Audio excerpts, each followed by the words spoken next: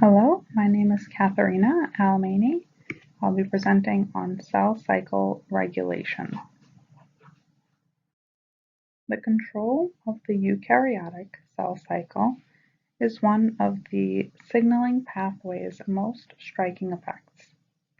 In almost every tissue throughout embryonic growth and later development, cell division takes place. The majority of tissues in an adult organism goes into quiescence. The organism greatly depends on the cell's decision to divide or not. Cancer arises when the regulatory systems that control cell division are broken, along with the cells to divide uncontrollably. A well-planned series of biochemical processes is necessary for proper cell division to ensure that each daughter cell receives a full complementary component needed for life.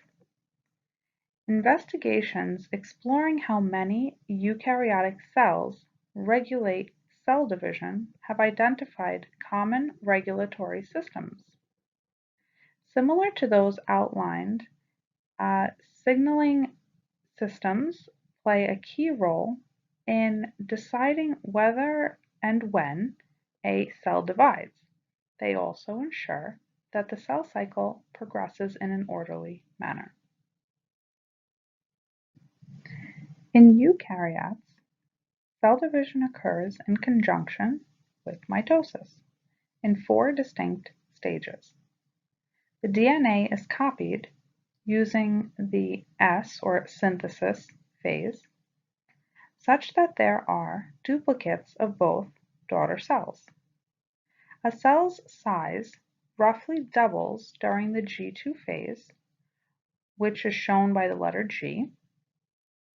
The maternal nucleus membrane disintegrates.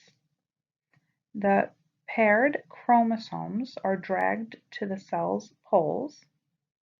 A new nuclear envelope forms around each of the daughter chromosomes, and cytokinesis pinches the cells in half to create 2 separate cells during the M phase, standing for mitosis.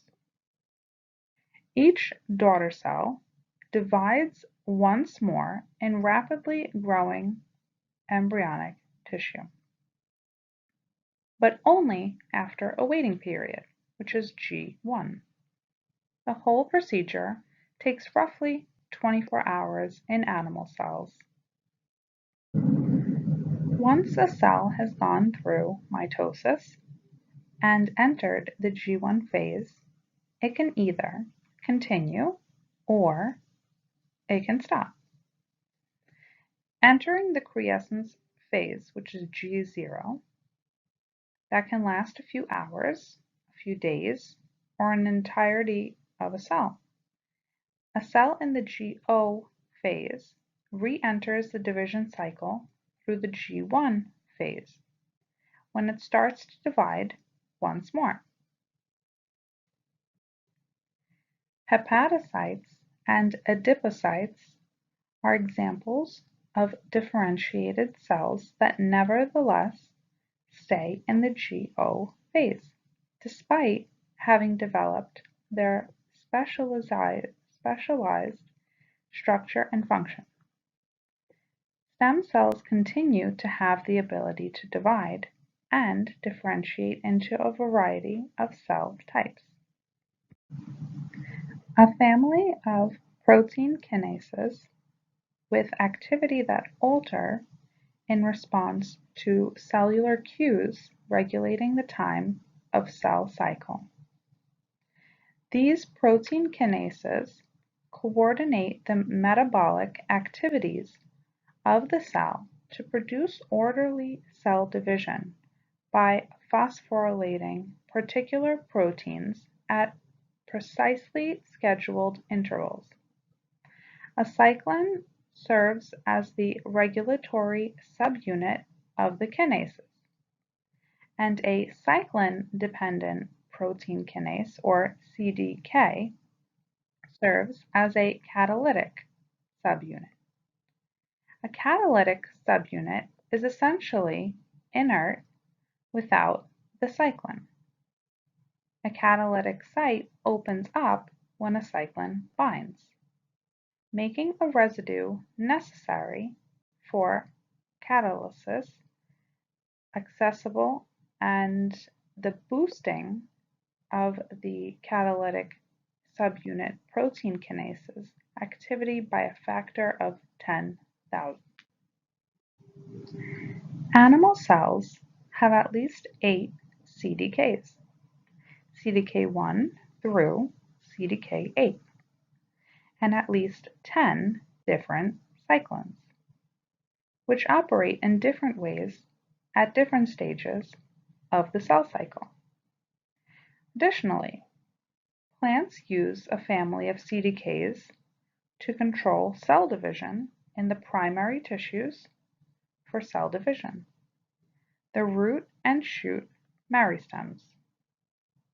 Some CDK activities exhibit startling fluctuations in a population of cells found in animals going through synchronous divisions. 4 mechanisms for controlling CDK activity contribute to these oscillations: phosphorylation or dephosphorylation of the CDK, regulated breakdown of the cyclin components, periodic synthesis of CDKs and cyclins, and the activity of particular CDK inhibiting proteins. One step of normal cell division is orchestrated by the carefully scheduled activation and inactivation of a number of CDKs, which result in signals acting as a master clock to make sure one stage is finished before the next one starts. The phosphorylation and dephosphorylation of 2 important residues in a CDK have a pronounced impact on its activity. A conformation in which an autoinhibitory T-loop is shifted away from the substrate binding cleft in the kinase, allowing it to engage protein substrates, is stabilized by phosphorylation of the THR-160 of CDK2. When CDK2's p-try15 is dephosphorylated, a negative charge that prevents ATP from getting close to it, and its binding site is eliminated. The enzyme PTP that dephosphorylates p-try15 is also a substrate for the CDK, which is activated by phosphorylation. Hence, this method of CDK activation is self-reinforced. The interaction of these factors greatly increases CDK activation, enabling it to phosphorylate downstream protein targets, essentially for cell cycle progression. Factors in transcription E2F encourage the transcription of genes encoding for specific enzymes necessary for DNA synthesis.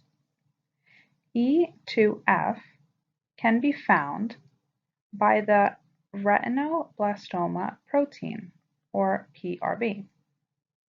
Inactivating it and stopping the transcription of these genes.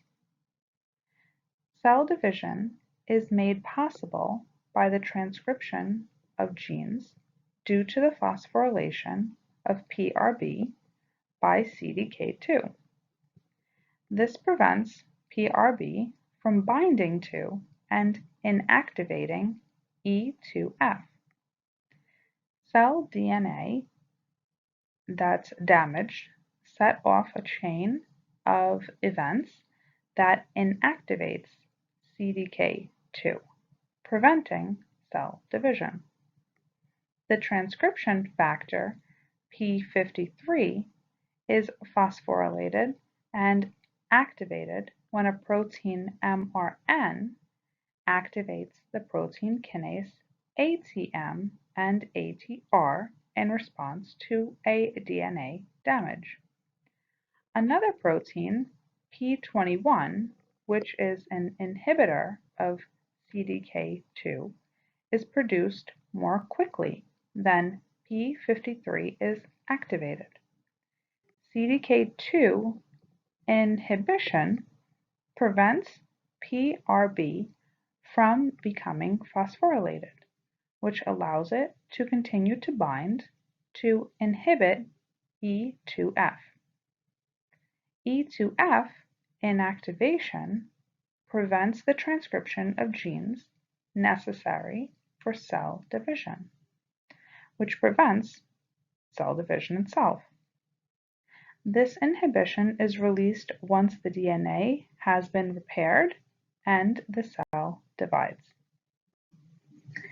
The mitotic cycline's highly selective and timely proteolytic breakdown controls CDK activity throughout the whole cell cycle.